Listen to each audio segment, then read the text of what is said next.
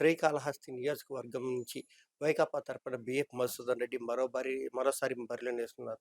Corona సమయంలో ప్రజలకు ఆప్తమిత్రుడిగా నిలిచి కరోనాలో ప్రతి ఇంటికి సామాన్లు అందించిన ఆయన ప్రస్తుతం మళ్ళీ జగనన్న సంక్షేమ పథకాలనే అండగా చూసుకొని ప్రజల్లోకెళ్ళి ఓట్లు అడిగే పరిస్థితి తనకుంది.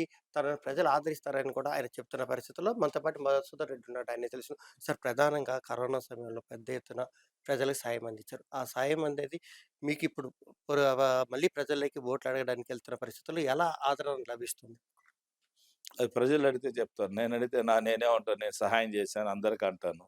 కష్టాల్లో ఉన్నప్పుడు సహాయం చేయటం ఒక రాజకీయ నాయకుడి లక్షణం. ఈ ఈ రాష్ట్రంలో, దేశంలో ఫస్టు ఇంటింటికి మన మాస్కులు, శానిటైజ్, సి విటమిన్ టాబ్లెట్స్ అన్నీ నేనే ఫస్ట్ ఇక్కడి నుంచి సప్లై చేసింది. ముందు పేపర్‌లో, టీవీలో నన్ను అరెస్ట్ చేయమని కూడా చెప్పారు.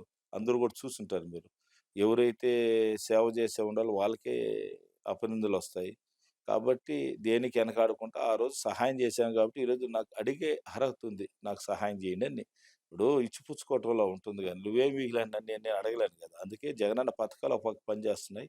నేను సహాయం చేసిన రూట్‌లో ప్రజలకేం చెప్పానంటే, నేనున్నాను మీ కష్టంలో 4.5 సంవత్సరం అతను లేడు. ఇప్పుడొచ్చాడు. ఈ 5 మంత్స్ వచ్చినాడు. ఈ 5 మంత్స్‌లో అవుపడతాడు, మళ్ళీ ఎళ్ళిపోతాడు. మరలా కాళహస్తి ప్రజలకి తోడు ఉండరు, నీడ ఉండడు. కనీసం మన హైదరాబాద్ పోవాలంటే అతన్ని కలవాలన్నా కూడా 10,000 నుంచి రూ. 15,000 అవుతుంది. ఈడ నుంచి మనం ట్రైన్‌లో పోవాలన్నా, బస్సులో పోయి ఆడ కూర్చొని లాడ్జీలు బుక్ చేసి తీసుకొచ్చేదానికి. నన్ను కలవాలంటే రూ. 50 పెట్టుకొనొస్తే ఇక్కడికొచ్చేస్తారు. లేదా కొందరు నడుచుకొని రావచ్చు, కొందరు బైక్‌లో రావచ్చు, కొందరు ఆటోలో రావచ్చు. అతని దగ్గర పోవాలంటే ఫ్లైటో, ట్రైనో లేదు. ఒకళ్ళు అక్కడ మిస్ అయిపోయాడు హైదరాబాద్. మళ్ళీ దుబాయ్ పోవాలనుకో, ఏడ పాస్‌పోర్ట్‌లు తీసిపోయేది పాపం. లేదు గోవా అయితే క్యాష్‌ను కొంచెం ఆడుకొనన్నా వస్తారు పోయినోళ్ళకి టైమ్ పాస్‌కి. దుబాయ్‌లో ఏడ పోయిస్తారు. కాబట్టి అతని క్యారెక్టర్, నా క్యారెక్టర్, క్యారెక్టర్ వైస్ ఎత్తుకుంటే కాళహస్తి ప్రజలందరికీ తెలుసు. అతనంత మంచోడైతే వాళ్ళ నాయన మినిస్టర్ ఎందుకు బెరికిచ్చేస్తాడు? బతికుండగానే పోయింది గదా! ఆల్రెడీ జనాలు గూడా తిరస్కరించి అతని గురించి అందరికి తెలుసు గదా! అతని గురించి ఎంత తక్కువ మాట్లాడితే అంత మంచిది. ప్రజలకు కూడా తెలుసు అతని గురించి. అతనేదో అడవురన్నట్టుగా పులి వేషం వేసి ఎగరతా ఉన్నాడు. అది ప్రజలు గమనిస్తున్నారు. ఖచ్చితంగా ప్రజలు బుద్ధి చెప్తారని తెలియజేస్తున్నాను. అంటే బొజ్జల సిద్దిరెడ్డి ఓపెన్‌గా ఛాలెంజ్ చేస్తున్నారు. ఏమంటే ఈసారి గెలిచేది అధికారంలోకి వచ్చే తెలుగుదేశం పార్టీ గెలిచేది నేనే. అవినీతి అక్రమాల మీద కూడా పూర్తి స్థాయిలో విచారణ జరిపిస్తామని చెప్పిన బహిరంగంగానే ఆరోపణలు అంటే సవాల్ విసురుతున్న పరిస్థితుల్లో మీరు ఎలా వీటిని ఎదుర్కోబోతున్నారు? అందరూ ఐఏఎస్ ఎగ్జామ్స్ రాస్తారు. నేను ఫస్ట్ పాస్ అయిపోతాను. రన్నింగ్ రేస్ అందరూ పరిగెత్తారు. నేను పరిగెత్తా, నేనే ఫస్ట్ వస్తాను. ఎవరొస్తారు?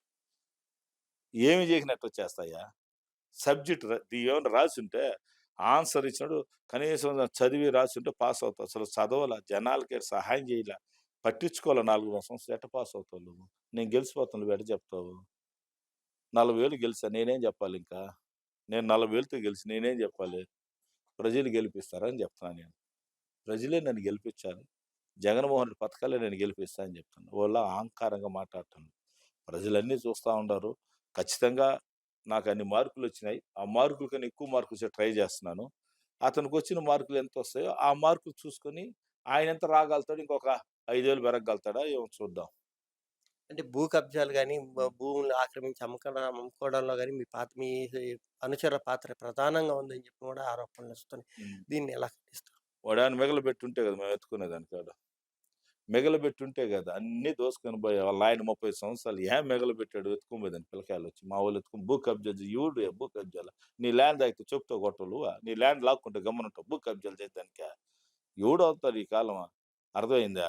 ఆరడుగు గెనాలు తవ్వితేనే పొడుచుకొని చచ్చిపోతున్నారు. ఆరడుగు గెనాలు అంటే అది కై కాడ.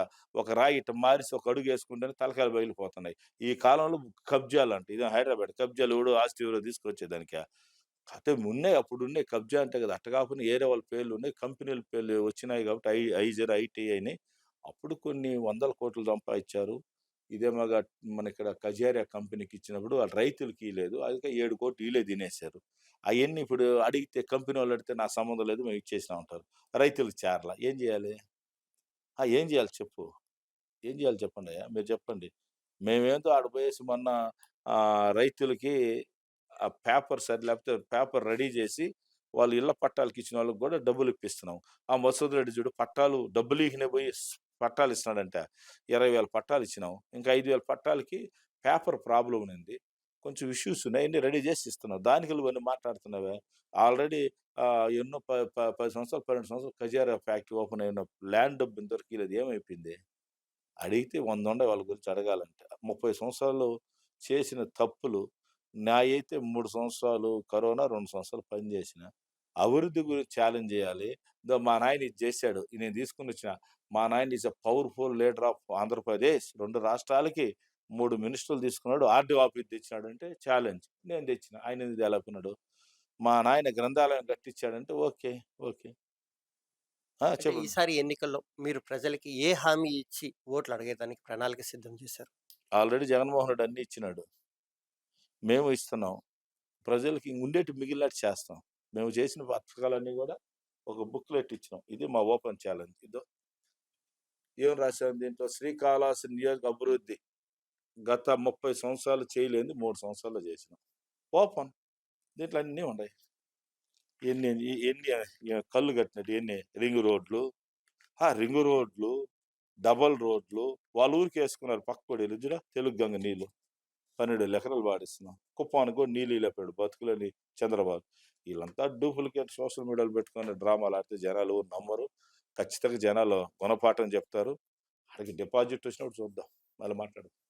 అయితే ప్రజలు ఏదైతే తాము చేసిన పనిని తాము ప్రజల వద్దకు తీసుకెళ్ళి ఓట్లు అడిగే అంత ధైర్యం తమకుందని, ఆ మేరకే తాము చేసిన పనులను ప్రజల్లోకి తీసుకెళ్లేందుకు ప్రత్యేకంగా బుక్‌లెట్లు కూడా రూపొందించినట్టు బసవరెడ్డి చెప్తున్నారు. మరోవైపు ఏదైతే ఆరోపణలు చేస్తున్నారో, ఆ వ్యక్తులు తాము ఏం చేశాము, ప్రజలకి ఎలా సేవలు అందించామనేది ఒకసారి ఆత్మవిమర్శన చేసుకొని ప్రజల ముందుకొస్తే మంచిదని చెప్పిన కూడా సూచిస్తున్నారు.